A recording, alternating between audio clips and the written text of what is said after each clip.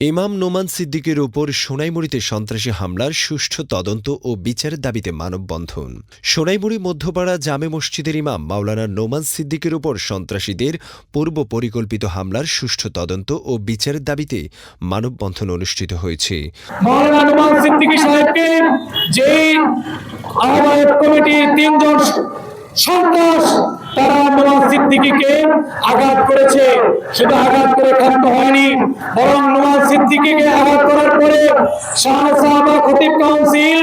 পৃষ্ঠপোষকতা করে একটি মামলা করেছিল থানার কিছু অসাধু ব্যক্তি তারা মামলার ধারাকে এত সহজ করে দিয়েছে, মামলার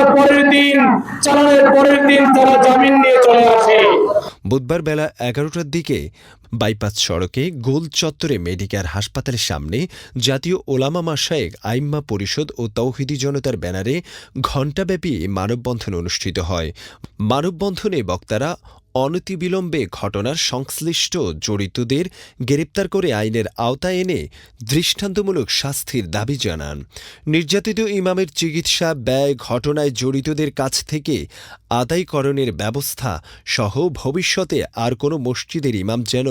নির্যাতিত না হয় সেই ব্যাপারে প্রয়োজনীয় ব্যবস্থা গ্রহণে জোর দাবি জানান। মানববন্ধনে বক্তব্য রাখেন হেফাজতে ইসলাম জেলার সহ সভাপতি মাওলানা ইসমাইল হোসেন সিদ্দিকী, সোনাইমুড়ী থানার সভাপতি হাফিজ মাওলানা আমিনুল হক, ইসলামী আন্দোলন সোনাইমুড়ী থানার সভাপতি হাফিজ মামুনুর রশিদ, শানে সাহাবা সভাপতি হাফিজ মমিনুর রহমান, ইসলামী যুব আন্দোলন জেলা সভাপতি হাফিজ মাওলানা জিহান মাহমুদ, সোনাইমুড়ী ডাক বাংলা মসজিদের ইমাম মাওলানা গোলাম রাব্বানী, জাতীয় ওলামা মাশায়েখ আইম্মা পরিষদ সোনাইমুড়ী থানা শাখার সাধারণ সম্পাদক মাওলানা সাখওয়াতুল্লাহ সহ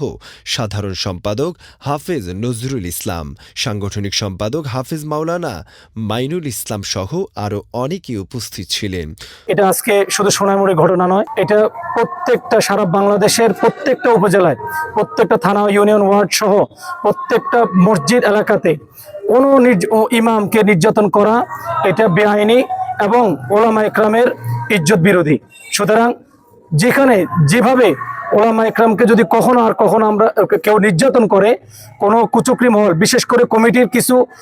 অযোগ্য এবং দুষ্কৃতিকারী এবং নিকৃষ্ট কিছু ব্যক্তি আছে যারা প্রতিনিয়তই তারা ইমামকে মানসিক টর্চারিং করে থাকে, ইমামকে কর্মচারী মনে করে।